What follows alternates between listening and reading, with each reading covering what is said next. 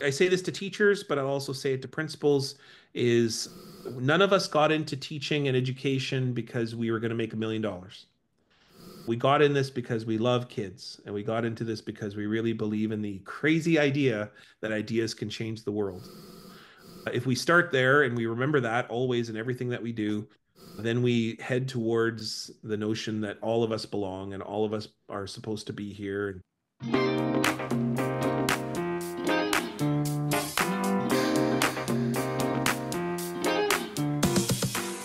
You're listening to our guest this episode, Niigaan Sinclair. He's an Anishinaabe writer and editor, activist, and head of the Department of Native Studies at the University of Manitoba in Winnipeg, Manitoba.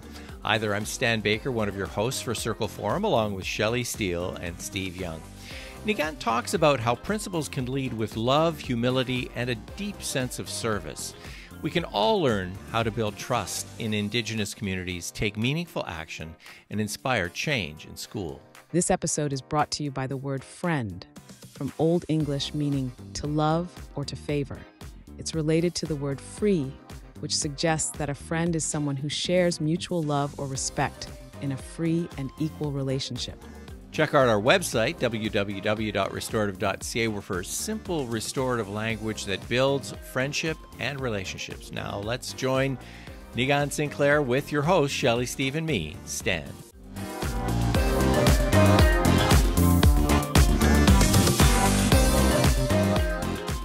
What other kinds of things have you been suggesting to principals, for example, in some of the recent conferences or workshops that will help them to overcome a sense of overwhelm? I think that's one of the things we encounter a lot. Like this, the size of this, it seems so big, I can't really do anything about it. And yet principals are in positions to do something about it. Tomorrow, I've heard you talk. What can I go do tomorrow to start this work? It's very simple, and it means love.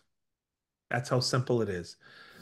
Love yourself and all the things that have brought you to this place, good, bad, great, ugly, and most importantly, be humble about those things. Because when someone shows up in our community, the number one thing we expect you to do is not tell us what to do. It's certainly not to put strings on the things that you offer to our community, but it's to do the dishes, chop the wood.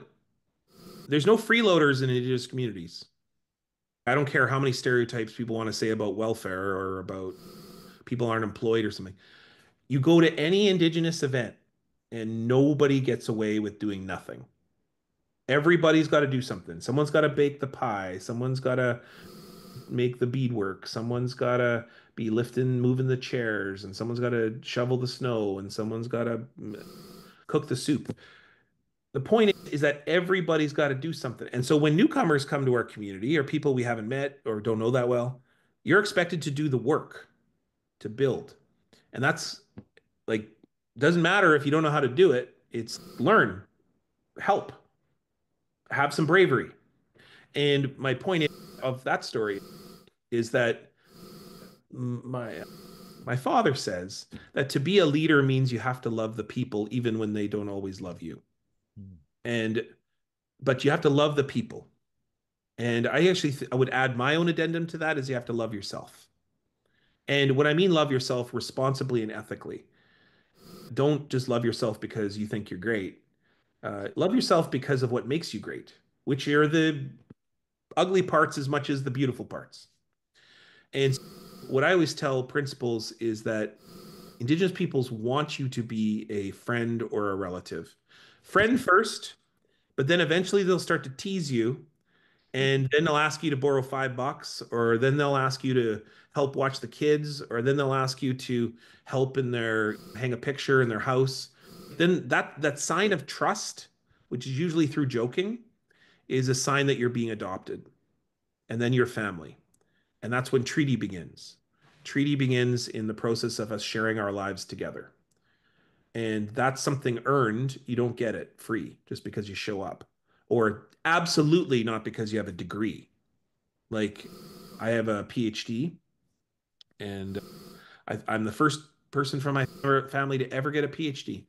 And there's a million reasons for me to be hot stuff. So I showed up at my auntie's house and I had my PhD. I said, "Hey, auntie, look, I'm Dr. Sinclair." And so my auntie stands up and goes to the closet and she grabs a little hatchet and she hands it to me and she says, "Go chop me some wood there, doctor." Because is she proud of me? 100% she's proud of me. I could have 50 letters behind my name and they would have all in capital letters and gold embossment. And it still doesn't mean that I'm not a nephew. I'm still a nephew always. So your job, principals, is to become a good uncle, become a good cousin. And no one will do that at the start. You got to chop the wood to get there. And when you start to chop the wood, then soon enough, someone's teasing you or being kind to you. And then you know that you begin to trust. And that may take years. In fact, it may take the entire life of a person in that school. But you're not really working for just that person because there's people witnessing what you're doing. And they have sisters and brothers, there's parents, people see in the community what you're doing. And then soon enough, you'll have what happened to me, which is I actually don't ever tell this story, but I'll tell you my mentor, one of the most important people in my life was a woman from Germany. So she was the former head of my program at the University of Manitoba. She was a German lady who really believed in Indigenous studies. And there was many of us that didn't have PhDs at the time, but we needed mentors to help us navigate through the university. And and she was a beautiful woman who unfortunately passed away. But when she passed away, and if you ever want evidence of how incredible this is, she worked in Winnipeg for about 20 years, and at her funeral there was 500 people. Easily 400 of them were Indigenous people. A German lady working in Indigenous studies, and the people who loved her the most, the people who cared for her locally, were Indigenous peoples who all felt that she was a sister and an auntie. For me, she was so much more. She was also a mentor of mine and an elder of mine. So that's the kind of role that I think you want to earn. You want to get that. And that all starts from listening, kindness, generosity, empathy. It doesn't start with no. I think that's a great wrap up. I was trying to get the practical tip, and it's so hard to say this is what you must do today or tomorrow, but it's a mindset, is what I'm hearing. And just that you're not just going to go with no, you've got to be open, you've got to listen and know that there's other ways that things can be done. You know what the test, the real test, if you want to know the real test, what Indigenous communities, what they have of people who come in is, what are you doing when we're not watching or we're not in the room, or do you show up? Like that's really, I can tell you that my father's one of my great teachers, and it's so funny as I'm entering this stage of my life where I'm now almost 50, all my father's sayings are coming back to me, and I really hate it. But unfortunately, for years I thought he was full of it, but now I think, oh, maybe there was a little gem there. And so one of my father's favorite things, because I sometimes when you're playing sports or in organizations or you're doing some of this work, you get tired. You don't want to go, or you sometimes you get conflicts with people that you work with, and every time one of my dad's mantras is most of the battle is just showing up. But when you get there, then something happens. And when you show up and you show your commitment and you show that you're engaged and you give people the gifts of your time and your energy and focus, like that is the most Indigenous language that we have, which is showing up and committing, giving, even when we don't feel 100% strong, or even when we don't feel like we did something at our best, showing up, committing, and doing things that oftentimes won't get you the big gold star, but that will be the ones that will be involved listening or putting away the dishes or helping someone up that otherwise would other maybe someone just like you. No one's going to applaud you helping up another principal, but that's the real work. That's some real work, is helping people to become good allies and friends and eventually relatives. I want to say big miigwech to you, Stephen and Shelley and Stan and Gwech. Giga Wabman Minowa is what we say, which is We say we'll see you down the road when we come together again.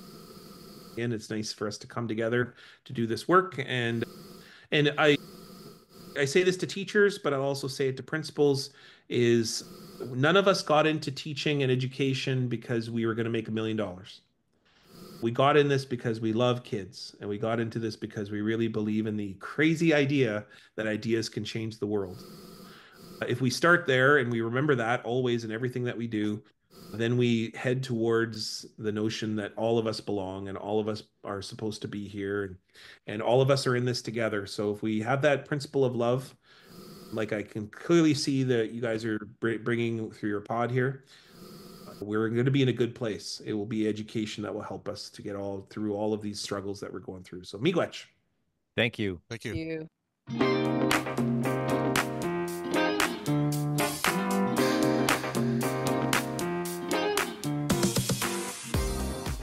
Principals can earn trust within Indigenous communities by just showing up, by listening, and by engaging in simple acts of service.